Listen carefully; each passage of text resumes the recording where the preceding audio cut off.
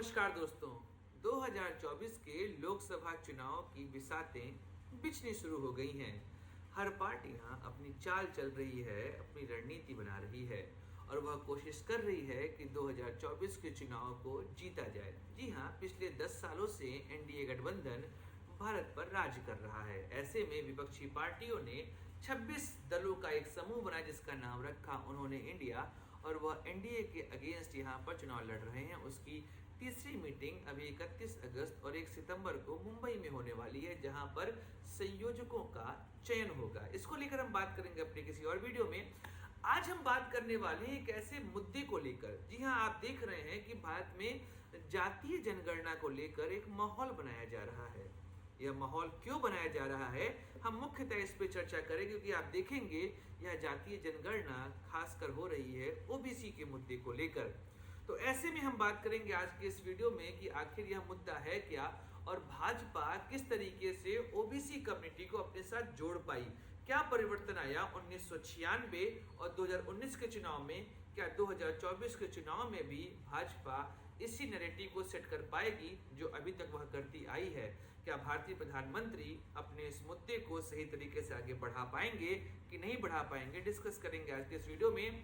तो फिर नमस्कार दोस्तों, मैं हूं सुधांशु और आप देख रहे हैं द स्वदेश।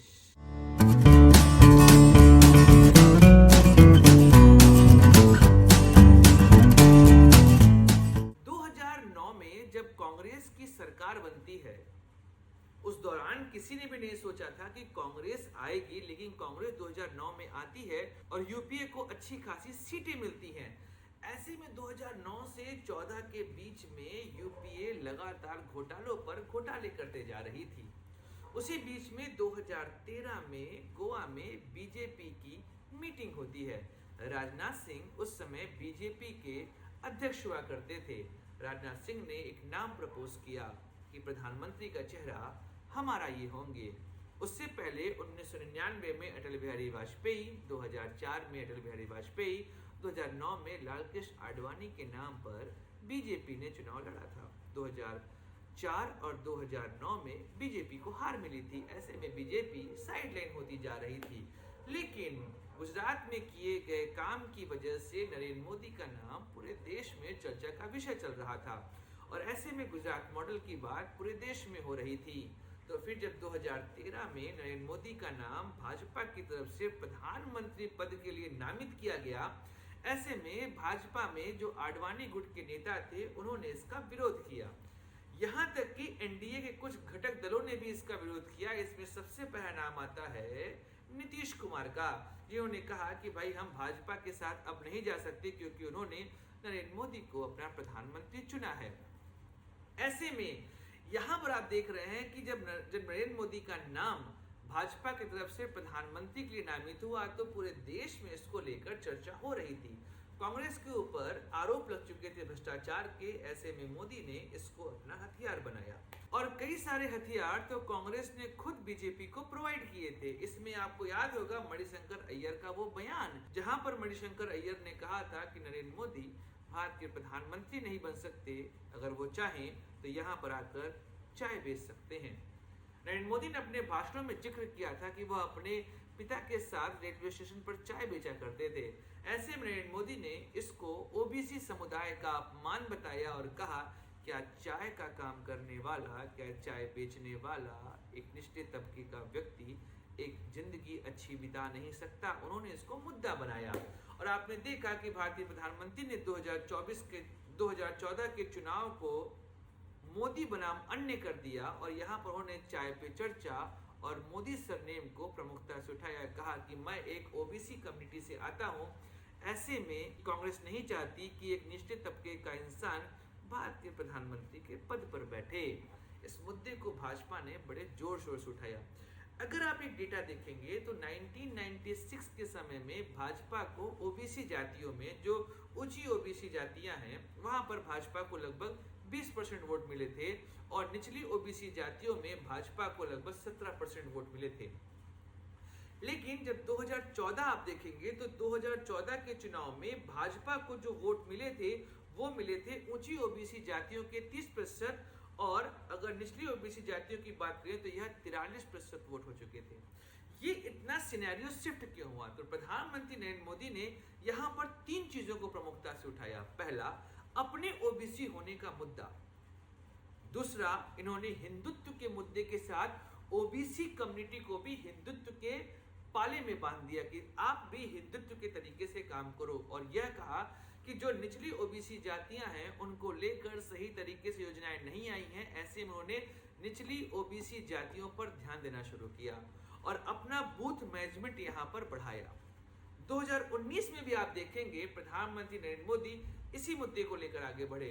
खुद के ओबीसी होने का मुद्दा, हिंदुत्व का मुद्दा और योजनाओं के बारे में। उज्ज्वला योजना का जिस तरीके से उन्होंने प्रचार किया, उस प्रचार का रिजल्ट है 2019 में उनको मिला वोट। अगर 2019 में आप ओबीसी जातियों का वोट देखेंगे तो भारतीय प्रधानमंत्री के भाषणों के बाद भाजपा का आधार इस वर्ग में काफी बढ़ गया था और ऊंची ओबीसी जातियों के वोट उनके पास 40% आ चुके थे और निचली ओबीसी जाति के वोट उनके पास लगभग 48% थे।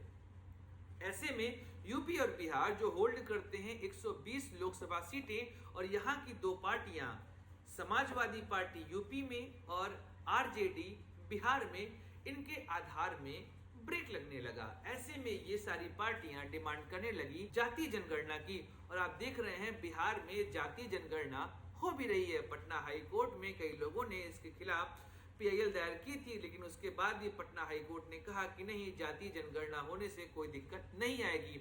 और आप जान रहे हैं कि इस समय यूपी और बिहार की राजनीति जात पर बहुत ज्यादा बिखरी हुई है।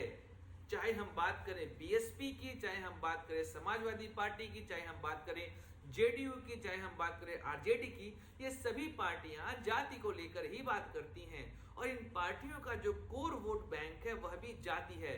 ऐसे में जाति जनगणना के बाद जिस तरीके के रिजल्ट आएंगे, उस रिजल्ट के आधार पर यहाँ पर वोटिंग पैटर्न में आपको बदलाव देखने को मिलेगा। अब ऐसे में भाजपा के पास प्रधानमंत्री नरेंद्र मोदी एक ऐसा चेहरा है जिनको वो पेश करते हैं फिर से ओबीसी के रूप में। और यहाँ पर आप देखेंगे, अगर हम चले बिहार में, तो बिहार में आरजेडी और जेडीयू गठबंधन जिस तरीके से वहां पर बना हुआ है, जहां पर आरजेडी जो है वो ऊंची ओबीसी जातियों की राजनीति करती है, वहीं पर जेडीयू जो है वो अति पिछड़ों की राजनीति करती है। ऐसे में एक गठबंधन जो है वो आइडियल अप्रोच लिया हुआ है। और बिहार की राजनीति में 3 पार्टियां प्रमुख हैं, भाजपा, आरजेडी और जेडीयू। इन 3 पार्टियों में से जो भी 2 आपस में साथ रहते हैं, तीसरी पार्टी की हार निश्चित है। जिस समय जेडीयू और बीजेपी साथ हुआ करते थे, उस समय आरजेडी नेपथ्य में चली गई थी, और आज जब आरजेडी और जेडीयू साथ में हैं, तो ऐसे में बीजेपी के पास अपने 2019 के प्रदर्शन को दोहराने की बहुत बड़ी चुनौती है। और जिस तरीके से इस समय तेजस्वी यादव का प्रभुत्व और तेजस्वी यादव का करिश्मा बिहार में बढ़ रहा है, उसको लेकर बीजेपी चिंतित जरूर होगी। खासकर अभी जो 1,75,000 वैकेंसीज निकालेगी, इन वैकेंसी को आने के बाद से बिहार का माहौल और बदला हुआ है। तो आप यहां पर देख रहे हैं कि जातीय जनगणना को लेकर जैसा माहौल बना हुआ है, ओबीसी नैरेटिव जिस तरीके से गढ़ा जा रहा है, अगर इस ओबीसी नैरेटिव के बाद वोट बैंक बंटते हैं, तो इस वोट बैंक के बंटने का घाटा केवल और केवल भाजपा को होगा। समाजवादी पार्टी यूपी में अपनी जमीन तलाश रही है, ऐसे ही समाजवादी पार्टी के बाद बीएसपी वह भी अपनी जमीन ढूंढ रही है, क्योंकि भाजपा ने बीएसपी के वोट बैंक में भी सेंध लगाई है। वहीं पर बिहार में जेडीयू, आरजेडी, कम्युनिस्ट पार्टी और कांग्रेस मिलकर काम कर रहे हैं। ऐसे में बिहार में भी भाजपा के लिए जो राह है वो आसान नहीं होगी। तो ओबीसी की जनसंख्या आने वाले चुनाव में एक अच्छा खासा प्रभाव डालने वाली है। ऐसे में भाजपा अपनी रणनीति पर काम कर रही है और कई सारे ओबीसी नेताओं को उन्होंने फ्रंट लाइन पर लाया है और उनके माध्यम से यह प्रचारित करने का प्रयास कर रहे हैं कि भाजपा अभी भी ओबीसी के साथ है। खासकर उनका ध्यान निचली ओबीसी जातियों पर है, क्योंकि वहां से उनको अच्छे खासे वोट मिलते हैं। देखते हैं 2024 के चुनाव में ओबीसी जातियां किनको वोट देती हैं और क्या भाजपा की सरकार 2024 में बनती है कि नहीं बनती है। ये तो सब बातें भविष्य के घर में छुपी हुई हैं। आज के वीडियो में इतना ही। अगले वीडियो में हम लोग बात करेंगे कि इंडिया गठबंधन की जो मीटिंग मुंबई में होनी है, उसमें संयोजकों का चुनाव होना है। आखिर इस मीटिंग में क्या रिजल्ट आता है, क्या इंडिया गठबंधन अपने संयोजकों को चुन पाता है कि नहीं चुन पाता है, बात करेंगे अगले वीडियो में। तब तक याद अपने दोस्त सुधांशु को लाइक करिए, सब्सक्राइब करिए और शेयर करिए। जय हिंद, वंदे मातरम, भारत माता की जय।